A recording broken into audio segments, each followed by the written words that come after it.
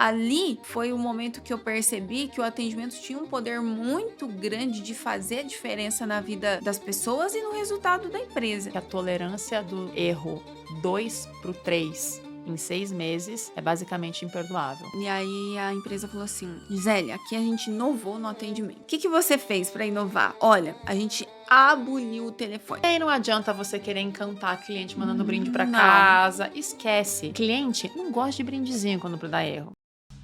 O Tal do CX, o podcast do Instituto Cliente Feliz que descomplica a experiência do cliente.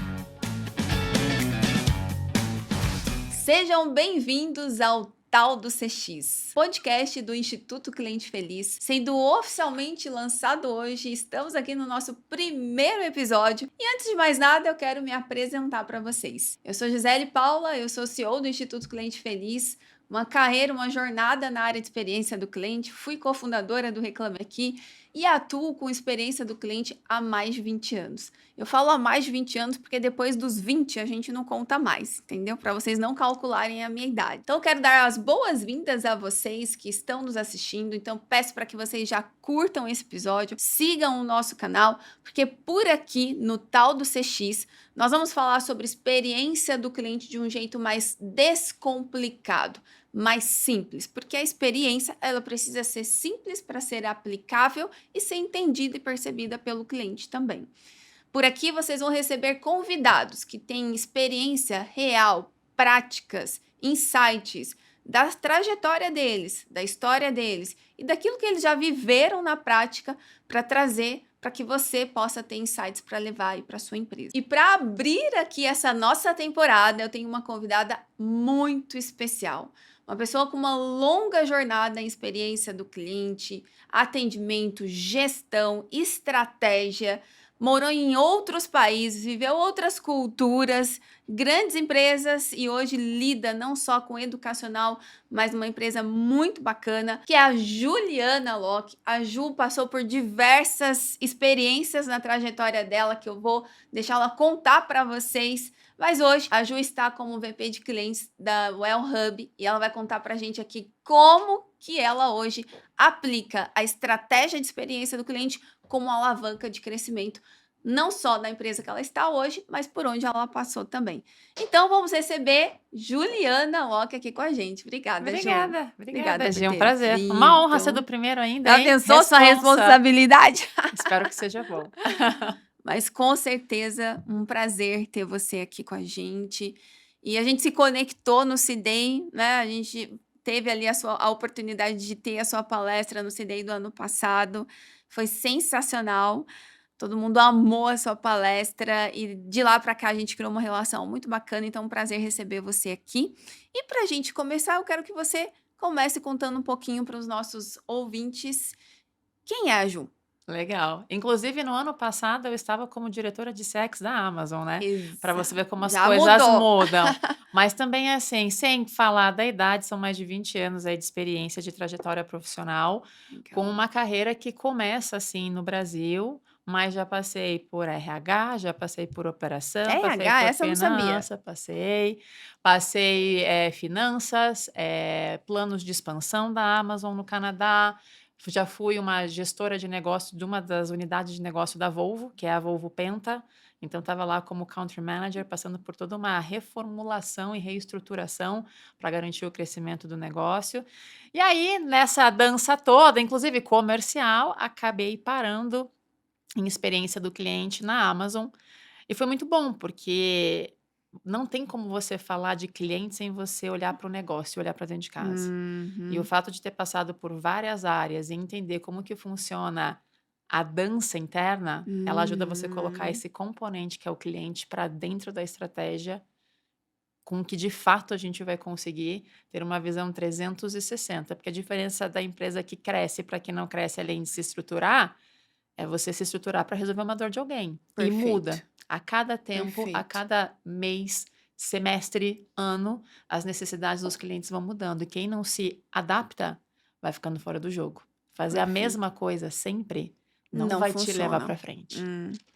É aquela tal história, né? Velhos mapas não te levam a novos lugares, né? Exatamente. Você começou a sua carreira profissional em que área? Eu comecei no RH, cargos e RH. salários na Volvo. Faz Engraçado tempo. olhar isso, né, pra trás.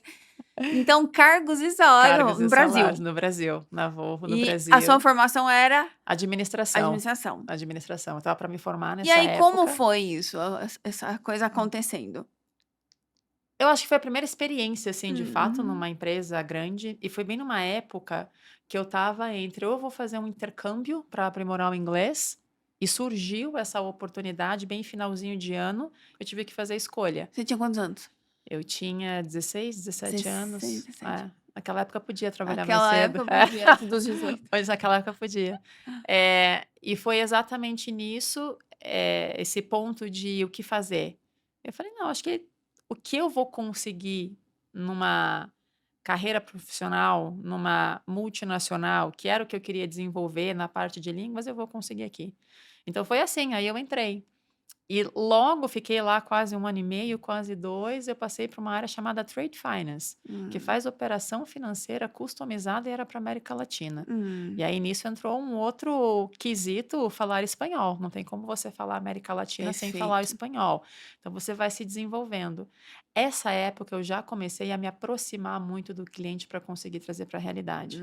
Pensa que meu papel era entender as necessidades e vender dentro de uma operação estruturada. Eu tinha que vender um risco de uma operação para uma instituição financeira para ela dar crédito para esse cliente. Entendi. Então, começou aí esse namoro de você estar lá no campo, de você entender como que entra o dinheiro, como que funciona o fluxo de caixa, o que acontece se a operação parar.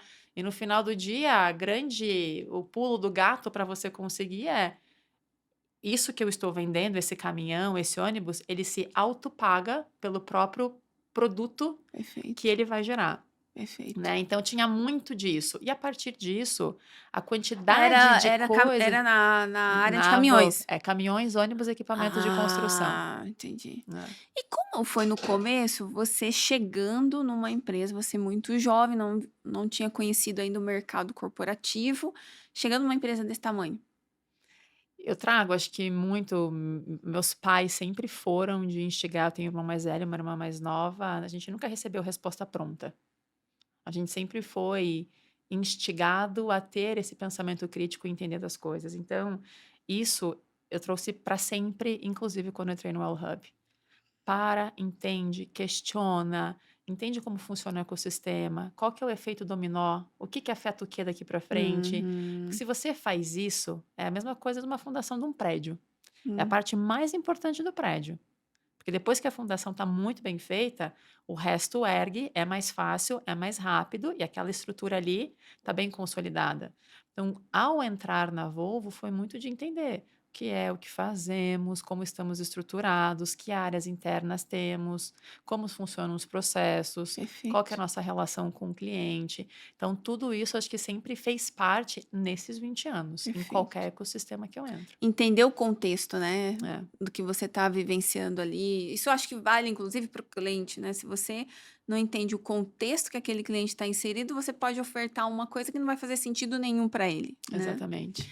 Então, você foi para essa área financeira, ficou ali, América Latina, como que foi ir para fora? Acho que de tanto fazer e trazer novas soluções financeiras, tinha uma unidade de negócio que é chamada Penta, que faz motores marítimos e industriais, que quando precisou de alguma ajuda, eu estava ali, eu sempre fui, não, mesmo que não seja parte do meu escopo, vamos se ajudar, isso aqui é o bem da empresa, né?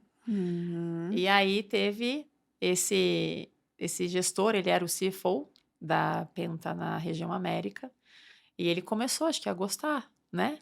E falou assim: eu tenho uma oportunidade para você. Falei, manda ver. Então, acho que tudo na vida foram acontecendo assim, sempre foram oportunidades, eu fui sendo chamada. E aí ele falou: então você quer ser a nossa country manager da Volvo Penta no Canadá? Isso você já tinha quantos anos na Volvo? Eu estava com 22 anos. 22 anos? 22 anos. E ele chamou para ser country da manager no Penta. Canadá. É. E aí? Aí eu falei, Eu vamos lá. E aí eu fui. A gente nunca tá preparado, né, 100%, então tem que Mas abraçar a essa é a parte, mas oportunidade, essa é a não é? parte boa, porque assim, se alguém te chama, é porque entendeu que Viu você alguma vai coisa. caber, Perfeito, né? Então é perfeito, uma questão de você só confia no instinto e vai. perfeito. E foi muito engraçado, porque o desafio era, ó, a gente tem um grupo que está junto há mais de 30 anos trabalhando junto, a gente está Uhum. num platô que não cresce mais, então o Hum. desafio ele é muito E grande. você jovem, cheia de gás ali e tal. É, né? Então tá bom, vamos. Em 3 meses, nesse perguntar, entender o ecossistema, eu fiz a reunião com ele, falei, preciso te falar uma coisa. Ele falou, fale, o que que você quer para conseguir mudar as coisas? Eu falei, fechar a operação. Porque a gente está perdendo uma série de sinergias que a gente tem com o Grupo Volvo aqui no Canadá. Isso você já estava lá. 3 meses. Aí você não tem Em que três fechar a operação. meses, Ele em falou, hã? três, é. E aí foi essa construção de começar a trazer esses dados. Por quê? Porque você entendeu o contexto. Eu Uhum. conhecia como funcionava o ecossistema Volvo, eu Uhum. entendia como eram as conexões, como nós estávamos, e a gente estava trabalhando muito isolado, sem ver o que que a gente pode aproveitar. E tinha um centro de distribuição com uma capacidade logística muito maior do que a que eu fazia. O Hum. modelo de negócio não O estava custo pegando as operacional alto. necessidades que a gente precisava para estar próximo do cliente. E basicamente tudo surgiu como primeiro visita aos meus distribuidores e aos clientes, para entender também Hum. como que era a necessidade que a gente tinha ali naquela região e naquele país. E muitos deles falavam assim: você não tem uma disponibilidade hoje de peças e motores, e cada hora de um barco parado ou de um gerador parado é esse tanto de dinheiro que a gente perde. Entendi. E eu nunca ia conseguir aumentar sozinha meu canal de distribuição e não fazia sentido se eu tinha dentro do grupo todo esse potencial que não estava sendo explorado. Então, quando eu trouxe esse approach, foi um trabalho de mais ou menos 1 ano e meio para conseguir construir, porque não é fácil, Hum. principalmente quando a gente tem que lidar ainda com o sindicato, né? É. Então, Tinham quantas pessoas trabalhando? eram quase 100 pessoas trabalhando. Hum. Uma margem super baixa, com um custo operacional super alto e Era fazendo a uma mesma coisa ao divisão mesmo tempo. separada da Volvo. Não, é que a Volvo ela tem unidades de negócio, então ela tem caminhões, Perfeito. ônibus, equipamento de construção e penta. Então Empenta. era essa a unidade de Tá bom. negócio. Uhum. Mas a gente não aproveitava, né? A Entendi. gente não conseguia fazer essas ligações. E Muito aí, individualizada ali. muito individualizado. E isso acontece dentro de qualquer grande organização. A gente não tem, às vezes, Muito o comum? comercial não É. fala com a operação, que não fala com a logística, que não. A gente é verticalizado. Então, Muito em esses caixinha, né? 3 meses iniciais de todo novo posição que eu pego, coisa nova, por que que ela é importante para mim? Você parar e entender o contexto, para justamente ver o que ninguém está vendo, Perfeito. né? Então você faz essa análise e sempre questionar: é o melhor modelo? É o momento de E aí mudar? você Quais são as fechou a implicações? operação? E aí eu juntei ela e viramos Penta North America.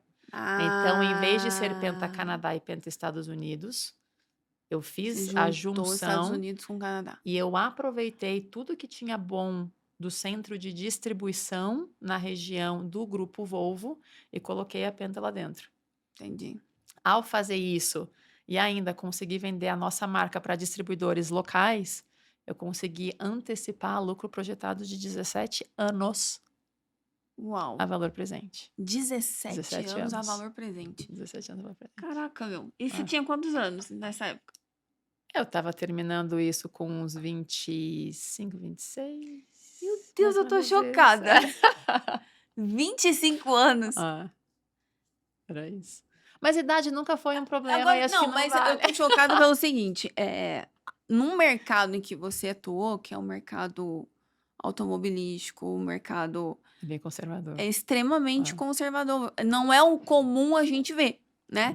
Aliás, de modo geral, quando você vai para uma empresa e você tem uma pessoa numa posição de extrema complexidade e jovem, há já um preconceito, né, dentro das empresas de falar assim, será que essa pessoa vai dar conta E o que me impressionou bastante é a sua maturidade de conseguir gerenciar essa complexidade toda com 25 anos de idade. Quando você estava nessa posição, você enfrentou dificuldades nesse sentido em relação à sua idade ou você não naquela cultura isso não era tão presente? Acho que não idade, Uhum. mas eu era a pessoa de fora, que não era do Que tinha isso Canadá, também. que Uhum. cheguei e logo depois vi que o modelo de negócio que eles estavam acostumados a trabalhar por 20 anos todos juntos não fazia sentido para a empresa. E ao mesmo tempo, as pessoas que estavam ali, elas estavam muito próximas de se aposentar. Ah. Então era aquele momento decisivo, inclusive nos milhões de cenários, talvez a oportunidade de mudar, alavancar, pegar alguma sinergia e ver até onde a gente quer ir, é quando as pessoas se aposentarem, a gente recontratar outras pessoas que vão estar muito mais ligada com o que a gente precisa fazer. Mas não precisava, porque o custo energia ia ser muito mais versus o Perfeito. benefício que a gente ia ter. Não significou em momento nenhum que eu deixei de lado essas pessoas. E aí foi Hum. também um trabalho muito importante de sentar com todas elas e entender o que você Uhum, quer. Você quer uhum, continuar trabalhando, você quer se uhum. aposentar, como que eu te ajudo? Porque ninguém desliga assim de uma hora para outra, É. né? Eu acho que tem todo esse lado muito humano que eu prezo muito. Eu sempre vejo o lado da empresa, eu vejo muito o lado de quem está trabalhando, porque afinal de contas todos os resultados são gerados por quem está dentro. É por quem vive no dia a dia. Quem levou aquela É empresa até quem ali. levou até ali, Uhum. mas o que aquele modelo não Não ia estava levar mais mais. para frente, Uhum, né? perfeito. E ali você ficou quanto tempo? Ali eu fiquei, foram mais ou menos até conseguir fechar tudo, uns 4 anos e meio, porque logo em seguida veio a pandemia. E eu ia sair dessa Ah, tá. posição quando fechasse tudo, e eu tinha engravidado logo no finalzinho, ainda grávida, fazendo tudo Uau! isso. Licença maternidade no Canadá é pelo menos 1 ano ou 1 ano e meio. Eu estava com o Luca, com 2 Você meses, amamentando, fazendo Nossa, ainda, e Deus. estava tudo bem. E estava tudo bem, sabe? Você casou aqui, foi pra lá ou casou lá? Lá. Casou lá. É. Então seu marido é de lá. Não, ele é daqui. Aí é daqui? Legal. É.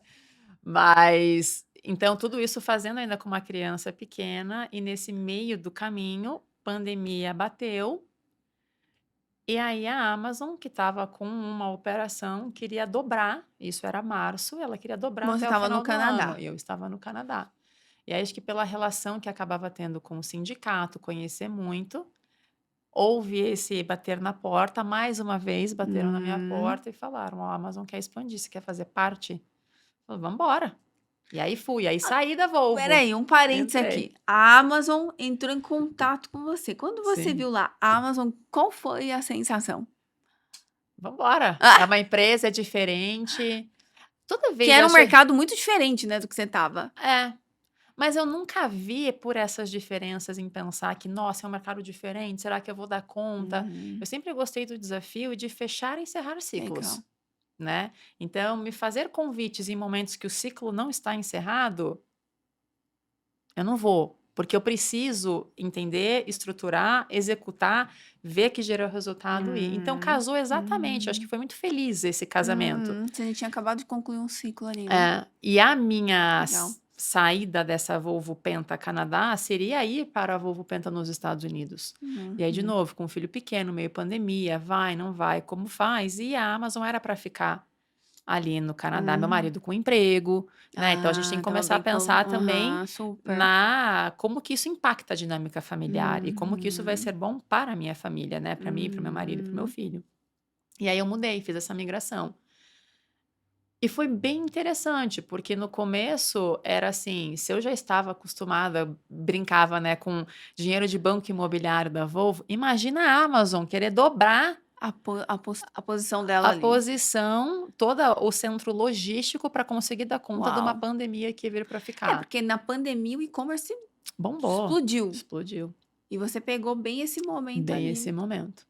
E aí nessa foi uma transição entre fazer a expansão, mas ao mesmo tempo eu virei head de operação financeira Uau. da Amazon. Então acumula tudo, aí fiquei no financeiro, mas muito pensando em otimização, vendo custo fixo, custo variável, pensando em tudo o que a gente tinha para essa malha de operação logística e o que precisava para ficar em pé para conseguir entregar resultado.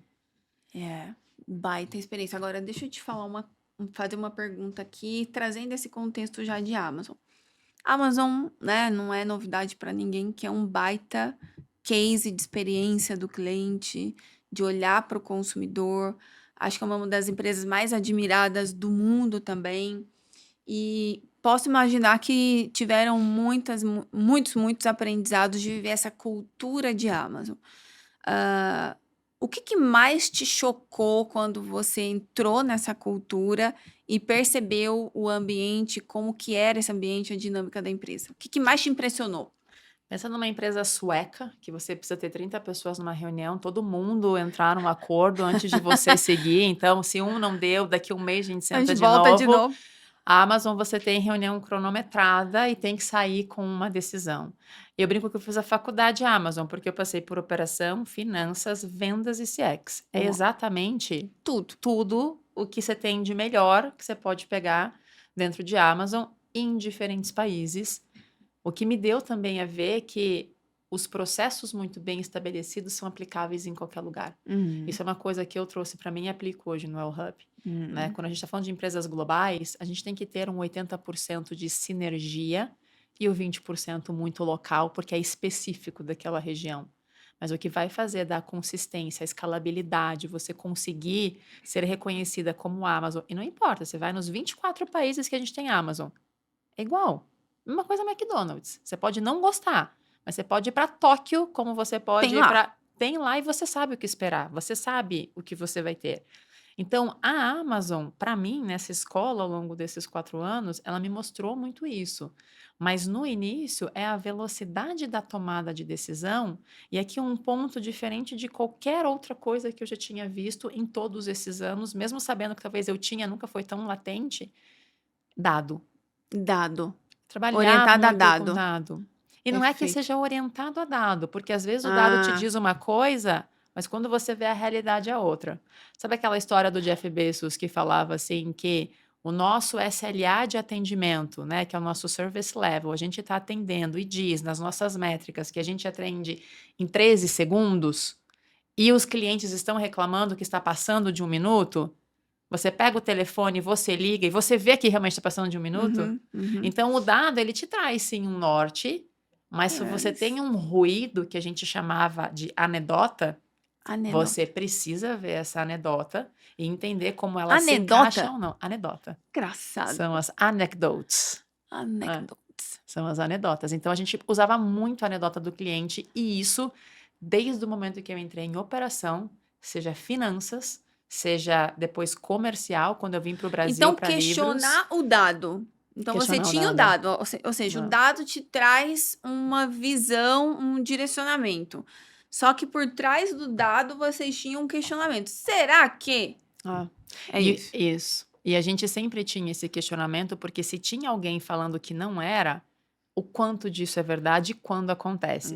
Por isso, é muito comum as pessoas verem, eu estava até fazendo mentoria coletiva e falaram assim, ó, Ju, eu não tenho dado nenhum e métrica nenhuma hoje, quando eu quero analisar cliente. Qual que você indica? Eu falei assim, nenhuma. O que eu indico é que você entenda o comportamento do cliente. Perfeito. Porque quando você entende o comportamento, fica mais fácil você entender em que Perfeito. ponto da jornada você tem momentos de inflexão, que você precisa ajustar, você precisa olhar. Então, isso é muito importante. Por Perfeito. isso que a junção de dado com anedota, ela traz inclusive um comportamento. Porque será que se ele, a gente está falando que esse é o nosso SLA, ele tem essa experiência de 1 minuto e 13 segundos. O que isso impacta no próximo? Ele vai querer comprar? Ele vai estar aqui com a gente depois? Como que isso impacta no comportamento dele comigo, na nossa relação? Então, isso é uma coisa que eu tenho trazido muito, de a gente começar a olhar e questionar o comportamento e cada vez que tem um defeito, o quanto isso é tolerável ou não. Isso, para mim, é muito mais importante do que qualquer métrica que Acho que você você me pode trazer na contou mesa. uma história de que o Jeff Bezos, ele às vezes entra num caso específico de um cliente para poder entender o que está acontecendo, né? Entra. O caso mais famoso dele foi assim, e a gente fazia isso muito lá, sempre, né? E é uma coisa que eu trouxe pra mim. Quem tem time de atendimento, não importa. Ah, eu sou de CX, eu sou de vendas, eu sou de marketing, eu sou de legal. Não importa. Passa um dia, meia hora, 2 horas do lado da pessoa que está atendendo o cliente, que é exatamente a pessoa de linha de frente que está ali para ouvir Perfeito, problema. perfeito. Quando você começa a fazer esse exercício, você começa a pegar coisas que o dado não te mostra e eles viram oportunidades. Mas todo colaborador na Amazon tem que fazer isso ou é meio que uma cultura, vai lá e senta?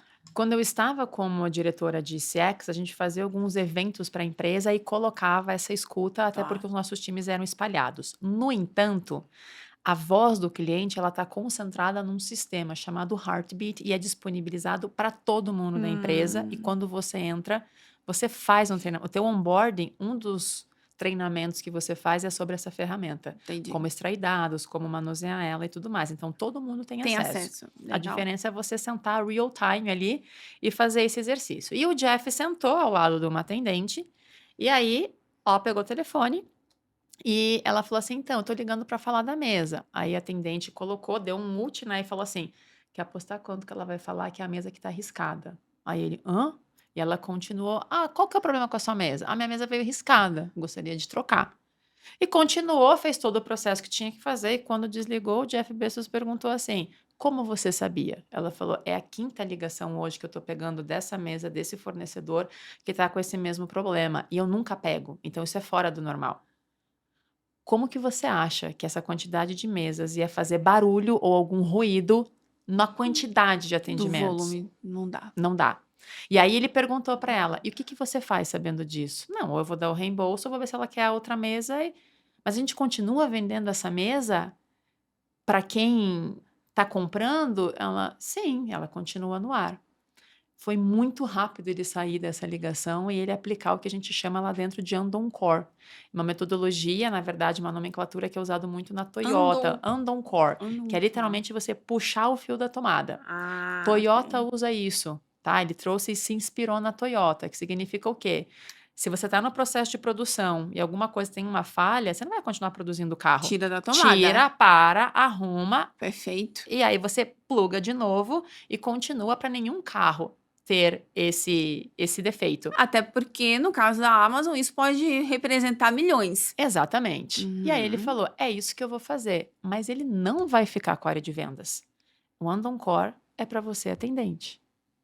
Porque é ele quem tem autonomia para conseguir fazer isso, porque é ele quem ouve as reclamações que talvez não vão aparecer dentro desse volume todo como algo Então, o gritante. Andon Core é do atendente. É do atendente. Ele pode puxar a tomada. O Andon Core pode puxar a tomada a qualquer momento, esse produto sai do ar, ele não é vendido, e aí a área responsável vai receber esse alerta, ela é responsável por pegar esse alerta, trabalhar, fazer as Caramba. verificações, ver se os outros produtos que a gente tem em estoque estão com o mesmo erro ou não, para dar uma validação. Qualidade passou, pode voltar de novo para o sistema. Cara, isso é muito diferente, né? Porque Ah. quando eu, pelo menos, lidei muito com e-commerce no Brasil e o que era comum acontecer? Tem um caso, um revendedor que tá dando problema? Tem. Aí vai a área de atendimento, compila isso em dados, isso vai para o gestor. O gestor leva para a reunião. Da reunião, tem a discussão se tira ou não aquele parceiro do ar. E aí, bom, se é um parceiro que vende muito, não tiramos. Vamos lá e vamos dar uma chance para ele.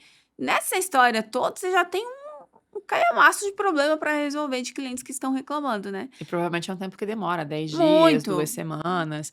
Hoje, não só o atendente, a gente também desenvolveu essa mesma, a gente, eu falando, né, mas como se estivesse lá, mas a Amazon desenvolveu para também ter isso de maneira com muito dado e inteligência artificial, para conseguir pegar alguns casos antes de acabar caindo também no atendente. Mas o Perfeito. mais importante para mim disso tudo é o quê? A autonomia que dá para o time de Perfeito. atendimento que Total. está ouvindo defeito. Não tem ninguém melhor que eles para poder falar sobre isso. Tanto que a Amazon, a métrica dele, quando a gente fala de experiência do cliente, é métrica defeito. Métrica defeito. É métrica defeito. É a quantidade de erros que eu tenho por unidades enviadas. Então, quantas reclamações eu estou tendo dividido pelo número de unidades enviadas? Isso vai dar o que a gente chama que é o contato por unidade, que é o CPU, dá um percentual, e aí isso vai falar se tá bom ou se tá ruim. Quanto mais perto de zero, Tá melhor. ótimo. Ninguém Quanto tá mais falando longe nada. disso, para tudo e vamos olhar. Isso, você pode entrar no nível E de... tem um percentual acima de tanto, puxa a tomada. Tem. E aí, e abaixo disso, mantém e monitora. Mas se o atendente pegou 2, 3 ligações que é Já fora do corta. usuário, ele também pode cortar. E isso é aplicado em qualquer lugar do mundo. Isso é processo Loucura da isso. Amazon para conseguir garantir que o defeito não se repita. Quando eles tiram da tomada, aí a área comercial é acionada. Aí ela corre atrás da... Isso.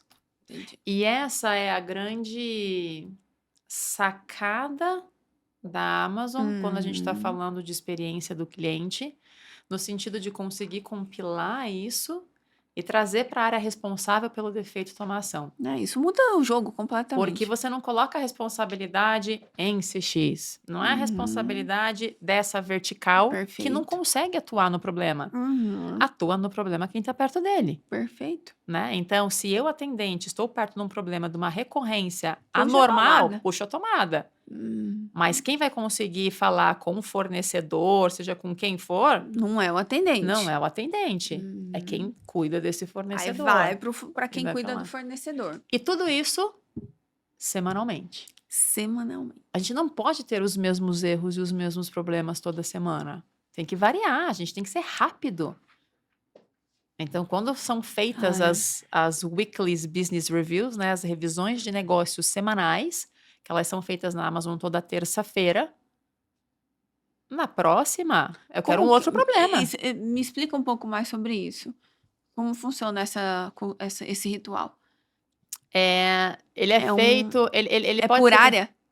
Não necessariamente. Ele pode ser feito por área ou você pode otimizar fazendo por unidade de negócio. Então, por exemplo, a Amazon do Brasil fazia. Nós tínhamos como CX um slide onde a gente apresentava, falava, e inclusive apontava quem eram os donos dos defeitos, se já havia sido endereçado, porque eu também não vou esperar uma semana para endereçar. Quando eu vi, peguei, pá, você já faz esse endereçamento, né? A ponto de que a gente começou a criar uma outra cultura, um outro ritual da área de CX. Eu falei, eu tô agindo aqui como cotovelo. Tudo que eu tô fazendo, eu não preciso fazer se todo mundo tem acesso ao heartbeat. Que tal a gente começar a ensinar ao povo aqui da Amazon do Brasil a olhar, a ficar olhando para sua categoria, tirar, extrair os dados, porque eles vão conseguir pegar antes de eu ter que pegar qualquer relatório e ficar passando e Cada repassando. BU, me explica um pouco. O comercial ele é segmentado por categoria. Por categoria. E aí, eles são os donos dos... Então tem lá, tem de casa e beleza, livros. Aí você tem problema de livros, por exemplo, Aí você vai na demandar para esse cara livros. aqui. Exatamente. Entendi. E isso quando a gente está falando de categoria. Acontecia muito de ter problema na parte logística. Então, para quem você vai? Você vai lá para o time Cara da de logística. Né? Então, você precisa entender da onde está vindo o problema para conseguir levar lá. Né? Então, é assim que funciona. E a área de design, site, porque isso é bem forte na Amazon também, né? Isso é central.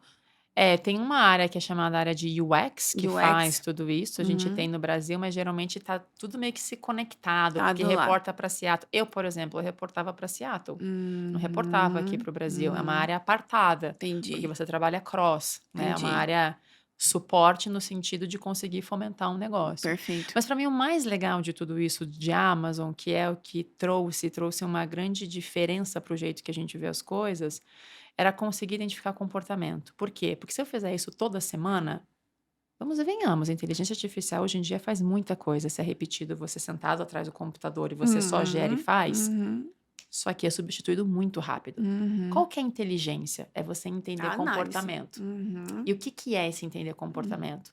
E a gente começou a puxar algumas coisas que não faz parte, mas como que o defeito molda o comportamento de compra do cliente e o quanto isso está nos ajudando ou interferindo no nosso crescimento. E aí você começa a ver qual que é o grau... Como o defeito molda o comportamento de compra. Exatamente. Porque isso, a gente sai do CX reativo, a gente sai do cliente completamente reativo, que a gente fica esperando ter um problema para agir, Para daí ser arruma, estratégico. para ser estratégico e falar a linguagem do negócio. Perfeito. E aí, quando você faz essa análise, você vê, num período X, se eu tenho um erro com o cliente, o que acontece com o comportamento de compra dele nos próximos 6 meses versus os 6 meses anteriores que ele não E teve? você media isso?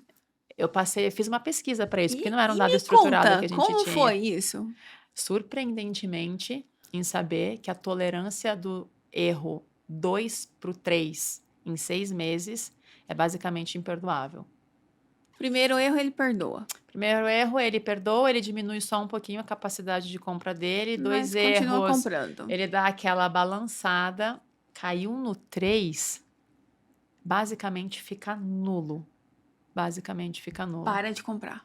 E isso é importante porque aí quando você pega dentro de um período e você analisa todos os clientes que eu tive 1 erro, 2 erros, 3 erros, aplico essa metodologia, vejo quanto que ele comprava, quanto ele deixou de comprar, Quanto eu custa falo, isso? olha o quanto custou e o quanto a gente deixou de Hum. colocar aqui dentro e o quanto isso não fez com que a gente crescesse mais do que poderia.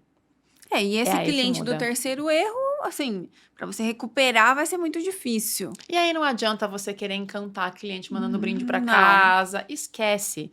Cliente não gosta de brindezinho quando dá erro. Cliente gosta, e isso eu, Ju, que vivi fora, eu que trabalhei em diferentes lugares, muito perto de cliente de negócio. Todo cliente, em qualquer lugar do mundo, só quer 3 coisas. Que você entregue o que você prometeu, que ele tenha o menor esforço possível, e a combinação desses dois vai dar um sentimento positivo que ele vai ter com a sua marca. Perfeito. Só isso. Perfeito. Não importa se Ele não você é quer do o brinde. varejo, se você é de manufatura, se você é serviço, não importa qual que é o seu negócio. Ele só quer isso. Perfeito. Então A Amazon, interessante. então, quando um cliente reclama ou tem um problema, qual é a alçada, qual é a postura da pessoa? Eu sei que ela vai lá e tira da tomada se tiver reincidência, certo? Uhum. Mas com o cliente, existe uma diretriz? Olha, a gente troca, a gente devolve, a gente Sim. embolsa. Como é essa Sim. diretriz? A diretriz é sempre assim, tem que resolver o problema. Primeiro, qual que é a dor do cliente? O que ele quer? Se veio uma coisa que ele precisava muito e está estragada, tem clientes, tem que dar opção para ele também. Eu tenho 3 opções aqui, ó. Eu posso te reembolsar, eu posso te mandar um outro E essa igual. pessoa tem autonomia. Aham. A grande sacada, isso é uma coisa que eu falo para todas as empresas quando elas têm áreas de atendimento. Atendimento não é call center. Muda completamente a visão. Ele não está ali para pegar um telefonema E só atender. e só atender. Não. Ele está ali com uma autonomia e uma alçada para resolver um problema na maior velocidade possível, com a melhor qualidade possível. Perfeito. Se não tiver velocidade com qualidade, a chance de você conseguir ter esse cliente voltando a comprar ou interagir com você, ela diminui. Afinal de contas, você já está com um problema, você já está irritado. Muito. Você já está irritado. Última coisa que você quer é ficar muito tempo para resolver aquilo que já te incomodou. Uma coisa que me surpreendeu muito na Amazon, quando eu já tive problemas, foi não ter um telefone para ligar. E isso me chamou muito a atenção, porque é muito diferente de tudo que a gente vê, né? A gente ajuda empresas a implementar CX, atendimento CS, e uma das preocupações é sempre como que a gente estrutura os canais de atendimento. E quando eu vi o callback da Amazon, eu falei, gente, isso muda a lógica do atendimento. Deixa de ser um call center para ser atendimento de fato. Então, você entra lá, você deixa o seu número de telefone, imediatamente o telefone toca, você atende e já está no atendente. Na brincadeira desse processo, o cliente tem uma economia ali de 2, 3 minutos que ele ficaria ligando, aguardando no telefone, discando 1, 2, 3, o que mais, né, que as empresas colocam. Outro dia eu liguei nenhuma, eu aguardei 6 minutos. Mas não é aguardar, é buscar qual era o digitável ali para poder conseguir falar com alguém. E esse processo da Amazon, ele é totalmente inverso, né? Então, esforço baixo, eu só deixei o meu número, alguém me ligou, essa pessoa já entrou, né, para atender ali a minha necessidade. E isso gera uma imagem para o cliente, né? Passa uma mensagem de que, poxa, essa empresa está preparada para me ouvir, para cuidar de mim. E mais do que isso, não sei se você percebeu. Por que é feito assim intencionalmente? Porque antes de você chegar na etapa telefone, você já falou sobre qual problema, sobre qual A produto você quer triagem falar. ali. Ou seja, quando o atendente te ligou logo em seguida, já está na tela dele. É por Puts. causa desse produto. E se de repente o produto atrasou, pode ter ali grande, porque provavelmente atrasou. Ou seja, eu já trago para o meu atendente algumas pílulas de conhecimento, de possibilidades para conseguir engajar com a conversa. Isso aparece na tela para Na ele. tela para ele. Nossa, isso é diferente. Então, a questão de você ter um telefone no final, por isso que eu falei da jornada. A jornada e o comportamento, ela é muito mais importante do que números em si. Total. Então, conforme você foi alimentando, e você viu, você não comentou em nenhum momento, é sem perceber. Esse, É sem perceber eu que nem você lembro. vai porque é rápido. Eu nem lembro, só E aí, lembro que eu coloquei meu número. Mas antes disso, você clicou qual que era o produto, provavelmente por quê. Ou seja, para conseguir resolver o seu problema na maior velocidade, com a maior qualidade, eu já tenho contexto para conseguir ser empático com você e entender Perfeito. sua dor. Perfeito. E você sabe que outro dia eu estava falando com uma empresa, né? E aí a empresa falou assim, Gisele, aqui a gente inovou no atendimento. Quando me fala isso, eu já fico até preocupada. O que você fez para inovar? Olha, a gente aboliu o telefone. Então, agora o cliente tem um canal de e-mail e um bot. Se ele precisar falar com a gente por telefone, ele vai deixar uma mensagem. Aí eu pensei assim, pô, legal, né? Vamos ver aonde isso para. Ele vai deixar uma mensagem, vai cair para uma pessoa aqui da minha equipe e essa minha equipe vai agendar uma reunião com o cliente. Aí o cliente já morreu. Além do cliente morreu, a tua operação e a tua ineficiência, o teu Já custo foi. operacional foi lá em Vai lá pra cima, cima. explodiu. Péssimo negócio pro teu business. Péssimo negócio pro business. E o que estava acontecendo como efeito colateral? Os clientes estavam indo para o Reclame Aqui. Óbvio, porque o volume ali, o esforço para ele poder falar com a empresa era tão grande que ele desistia e ia para um canal mais fácil, né? E sabe que é super interessante, porque assim, os dados que eu via, de novo, o meu usuário final é o consumidor, né? Enquanto a Amazon. E os dados que eu via, a maior massa, os clientes estavam super habituados e preferiam falar com a Amazon do que Reclame Aqui. Reclame Aqui não representava nem 0,1% do todo. Que legal isso. Por A quê? confiança no canal da A marca. confiança no canal da marca. Por quê? Porque eu sei que eu vou ser atendida com rapidez, com qualidade, e meu problema vai ser resolvido. Eu não vou sair desse atendimento sem um problema. E nunca vai existir, acho que nenhuma empresa que não vai ter problema. Eventualmente vai acontecer. Mas se você está preparado para reagir com rapidez e qualidade e não repetir esse erro novamente, principalmente com esse cliente, vida que segue. E ele vai te perdoar. E ele vai Perfeito. continuar. Quando a Amazon estava vindo para o Brasil, 1 ano e meio antes, olha que curioso, 1 ano e meio antes, não sei se eu te contei essa história. Acho que não. 1 ano e meio antes dela vir para o Brasil, eu recebi uma mensagem no LinkedIn, eu estava no Reclame Aqui, e aí uma pessoa de Seattle falou assim, olha, eu não conheço muito bem esse site de vocês, mas eu só sei que a Amazon está com uma carinha ruim aí.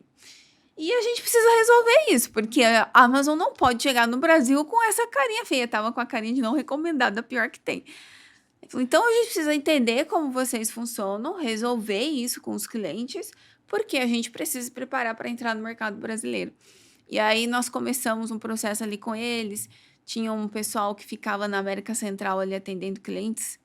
Eu esqueci. Tinha gente fazendo na Costa Rica. Na Costa Rica, exatamente. Treinamos o pessoal ali, explicamos todas as métricas e tal de Reclame Aqui. Isso 1 ano e meio antes. Eles melhoraram o indicador quando realmente chegaram com a operação, o indicador já estava positivo. Mas ao mesmo tempo, a Amazon já estava tão consolidada que o brasileiro já estava acostumado a comprar fora. Tava. Não, e isso é super interessante quando a gente pensa hoje no Reclame Aqui como um selo de qualidade na resolução de problema. Não é atendimento, é resolução de problema, né? De empresas que já são consolidadas ou não, né? Tem consumidor que sempre vai no Reclame Aqui ver antes de comprar. Tem consumidor que não vai, mas a informação tá lá e como funciona o comportamento da resolutividade com rapidez e qualidade, tá exposta lá. Senão você não precisa. Você não precisa. Essa questão da confiança da marca é muito forte. Você vê o comportamento no Reclame Aqui, as marcas que têm menos confiança do consumidor, ele vai mais direto no Reclame Aqui. Ah, não sei se ela vai resolver, melhor ir direto, garantir. Aquela que tem esse cuidado, esse acolhimento, é de fácil acesso o canal de atendimento, ele vai menos para outros canais, é o que a gente chama do vazar, né, para outros canais. Vai menos. E isso muitas vezes é algo que a marca muitas vezes não enxerga, né? Ela fala, mas por que o cliente está indo direto? Isso é um absurdo. Só que é ela que não fez o dever de casa. Mas sabe que eu falo eu como consumidora. Eu ia comprar um produto pro meu filho. Não tinha outra marca que fizesse. Sabe? Eu falei assim, cara, é um produto de alto valor. Vou comprar uma cama almofadada. Comprei. Legal, valor alto. Você conhecia o site? Conheci o site, era sempre impactada pelo site. Acho que por isso também que vinha aquela coisa, não achava nem em outro lugar e me parecia ser uma empresa muito boa e realmente de boa qualidade. Comprei. Era para chegar 10 de agosto. E aí não chegou. Não tinha um canal de atendimento. Até me disponibilizarem um WhatsApp que pararam de responder 2 meses depois. Só sobrou Reclame Aqui. Por que eu estou trazendo isso? Porque o Reclame Aqui ele pode ser usado sim como não gostei dessa resolução ou está demorando, ou seja, vai para esse escape, mas tem empresa que está começando a se consolidar e não pensou no básico que é, e se tiver um problema ou meu cliente precisar de mim... Onde ele vai falar? Onde ele vai falar. E depois dessa eu comecei a perceber que tem várias que não tem esse onde ele vai falar. Então o Reclame Aqui passa a ser o seu canal de atendimento. Né? E aí o Reclame Aqui ele responde. Agora o cliente que comprou dele, não. Então olha a inversão de valores. Você sabe que teve uma época que a NET respondia ao Reclame Aqui. Na época que depois ela virou Claro, né? Ela respondia ao Reclame Aqui, só que no canal dela era muito difícil de falar. Então as pessoas começaram a ir na internet e falar assim, gente, vocês têm dificuldade de falar com a NET? Entra no Reclame Aqui que ela responde rapidinho. E de fato, por quê? O canal Reclame Aqui na NET era uma equipe específica, com um gestor extremamente focado em resolutividade, com muita alçada e assim, você não entrava, era batata, resolvia. Só que no canal convencional, não. Então os clientes foram migrando, né? E aí chegou um momento que esse atendimento ficou muito caro, porque, quanto custa você ter uma célula com alçada diferente?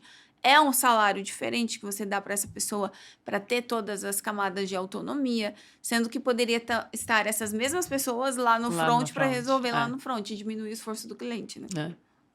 Agora, esse é o maior desafio que eu vejo hoje quando o assunto é atendimento no Brasil. A gente poder ter canais mais fáceis, com resolutividade, e hoje o empresário que olha para a experiência do cliente, pensa às vezes que é um cafezinho, que é o bolo, que é o cheirinho. E muitas vezes é você pegar e ter um canal fácil para o cliente falar, né?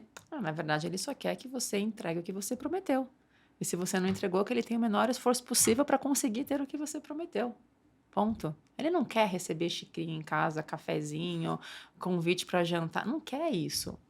Né? Isso, na verdade, até dá uma sensação pior às vezes. Exatamente. E você cria ainda um precedente, porque aí você já sabe que se você gostou do brinde, você vai querer que ele erre a próxima vez, você vai estar torcendo para o erro acontecer, para você ganhar de novo. E aí você não faz o mesmo brinde, aí você fica mais bravo ainda, né? Então, acho que são alguns cuidados, né?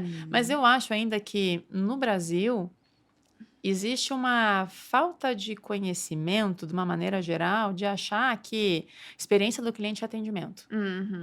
E isso é muito comum. E não é. E a gente tem que ficar repetindo e batendo nessa tecla que isso é um ponto da jornada entre os outros 17 outros que ele tem de interação com a sua marca. Esse é só um. E que na verdade, nem precisaria existir o atendimento. Nem precisaria existir se você conseguisse fazer todo esse trabalho bem feito e não tivesse o defeito, você entregasse o que você prometeu.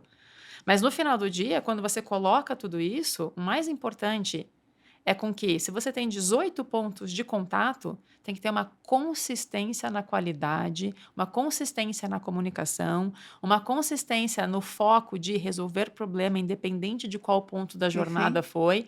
Então, se você tem tudo isso, A experiência, ela se torna algo muito mais amplo e estratégico. Você não precisa ter uma área de CX focada só. Não, por quê? Porque a empresa toda vê isso, além de fazer parte da cultura, está na decisão e está na estratégia. Trazendo para a Amazon, vamos entender o grau de maturidade para uma empresa ter uma área de experiência do cliente ou não. Se você pudesse escalar de 1 a 5, qual é o grau de maturidade de Amazon para cliente?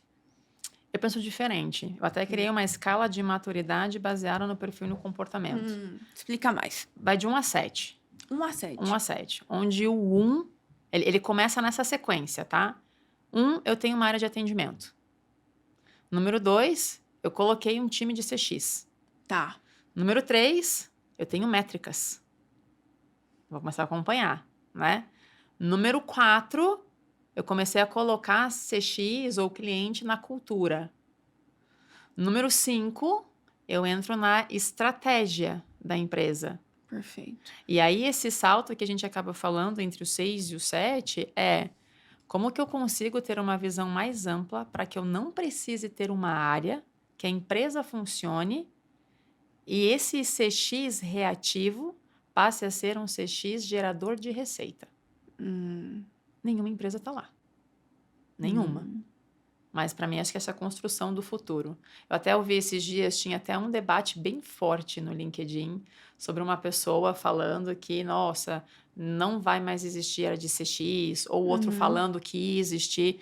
No final do dia, cliente sempre vai existir, experiência sempre vai existir, mas a gente precisa se adaptar e entender as nuances do mercado para conseguir adequar e usar os dados ou o que a gente tem hoje de cliente como estratégia, alavanca, estar um passo à frente dele para continuar construindo essa jornada e aumentar o LTV. Então, se você tem um cliente que de repente, né, vamos pensar assim, eu sou o cliente da Vivo. Todo mês eu só pago o meu pacote nacional, mas todo mês eu viajo para fora. Todo mês vem na minha fatura lá aquele negócio de roaming internacional. Todo mês eu entro em contato para contestar aqueles R$19,90. O time de atendimento vai lá e faz o quê? Ah, tá bom. Ou ele vai fazer o write-off, vai fazer com que você não pague. No mês que vem você vai fazer de novo. No outro mês. Não é muito mais fácil do atendimento fazer um upsell e falar para ele: que tal você fazer um pacote R$9,90 por mês que você economiza e você tem sempre o direito de usar e não precisa contestar e sair mais barato? A gente tem que começar a usar a inteligência do atendimento, de ser reativo, para ajudar no crescimento do negócio, moldando qual que é a próxima experiência que esse cliente tem que ter comigo. Que produto que ele não comprou ainda, o que faz ele ter interesse de acordo com o comportamento dele, né? Que ele vem tendo e que faz sentido eu oferecer agora. E assim você vai. Agora, olhando para o perfil de atendentes hoje que nós temos no Brasil, você acha que as empresas têm pessoas preparadas para poder fazer essa análise, fazer uma oferta? Ou teríamos que mudar um pouquinho do perfil das pessoas que atendem para que elas tivessem um pouco desse viés comercial, talvez? Eu sou muito a favor que o técnico a gente consegue ensinar. Mas não adianta você falar em mudar perfil se você não dá ferramenta e se você não dá autonomia. Você precisa... Qual que é o onboarding dessas pessoas de atendimento hoje? É a ferramenta que elas vão usar. Ela tem um onboarding da empresa, ela tem um onboarding dos produtos, ela tem um onboarding de tudo que a gente pode vender, ela tem um onboarding do ecossistema. Às vezes nem conhece todos os produtos. Às vezes nem sabe, ela está sentada todo dia com aquele fone ali, só ouvindo o problema. A gente faz muito mal feito enquanto Brasil, enquanto todas as empresas, acreditar que esse time está naquela figura do call center. Quanto mais perto do negócio você conseguir trazer, mais fácil essa pessoa ela vai ter a capacidade técnica do aprender, começar a ver nuances e começar a ajudar nesse momento de crescimento. Atendimento, para mim, para o futuro, tem que ser um time capaz de ajudar a empresa, inclusive pensar na saúde desse cliente aqui dentro. Se eu tenho um cliente, por exemplo, no setor B2B, que está em atraso comigo 3 faturas, eu continuo dando atendimento para ele. Eu vou esperar ele estar com 90, 60, sei lá quantos dias para começar a fazer uma cobrança? Ou eu posso, a cada atendimento que eu faço, e por sinal, resolvi seu problema, e por sinal, eu vi que você está 30 dias em atraso. Toma aqui tua fatura. Quanto Fantástico. mais você conseguir trazer para o atendimento tudo isso que você tem áreas específicas, verticalizadas, fazendo, melhor. Ele já está falando com o Custo cliente. operacional menor e o cliente mais feliz. E você consegue escalar, e você sempre vai estar nesse meio ponto. Então, mais do que o próprio perfil, eu tenho as ferramentas, eu tenho os processos internos atrelados, eu estou dando todo um know-how para conhecer a minha empresa, como ela funciona e os meus produtos, e naturalmente essas pessoas vão se moldando, você vai criando. Agora, todo mundo tem que saber, eu estou aqui para quê? Se você falar que eu sou atendimento e eu só estou aqui para atender com rapidez e não me falar qualidade, eu vou querer fazer a coisa mais rápida possível porque o meu KPI é a quantidade de chamados que eu tenho no dia. Então, não importa se eu estou te atendendo bem, se eu estou te atendendo ruim, se eu estou sendo ríspido ou não. Eu vou olhar para isso. Eu vou olhar para minha meta. Eu vou olhar para minha meta. Então, quando a gente acaba colocando muita só meta nas pessoas, elas vão ser guiadas por isso. Aí, se você coloca quantidade mais qualidade, opa, muda um pouquinho. Então, você também vai ter que ponderar esses dois. Agora, se você coloca uma estratégia de negócio, uma parte de crescimento, muda. Mas não faça isso sem dar todo o terreno e o preparo para essa pessoa estar preparada.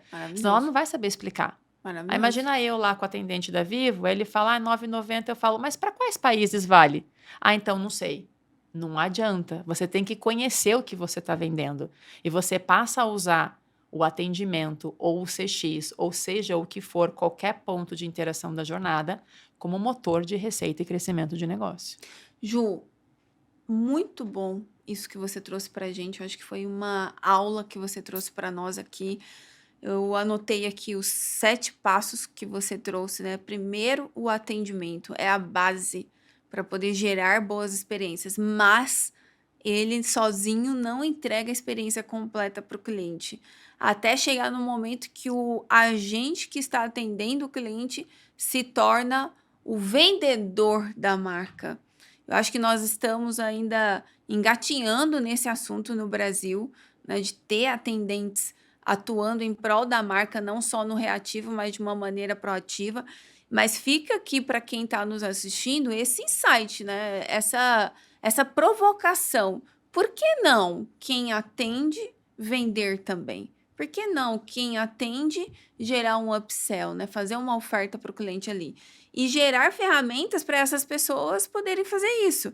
Porque se ela não tiver informação na tela, né? E eu acho que a inteligência artificial tá aí também para nos apoiar nesse sentido, né? De identificar o que precisa e botar na tela para o agente. Eu comecei a minha carreira atendendo clientes numa empresa que chamava De Pascoal. Isso há 20 e poucos anos atrás. E a pessoa que atendia o cliente era 0800, né? Hoje não tem mais 0800, mas quem Discado, atendia... assim. Não lembro se era, assim, mas era o cartãozinho no orelhão, isso eu lembro. Ah, sim. Aí quem atendia o 0800 era uma pessoa que ela tinha passado por todas as áreas da empresa, já tinha tido experiência no financeiro, no administrativo, no comercial. Depois que ela tinha vivido essas experiências, ela se candidatava para uma vaga no saque. Então, quando ela chegava no saque, ela estava muito mais preparada para falar de qualquer coisa na empresa. Tanto que se ela ligasse no seu ramal e você falasse uma coisa errada para ela, ela sabia. Não, peraí, você está falando procedimento errado, porque eu já trabalhei aí e funciona assim, assim, assado. Então, ali foi o momento que eu percebi que o atendimento tinha um poder muito grande de fazer a diferença na vida das pessoas e no resultado da empresa.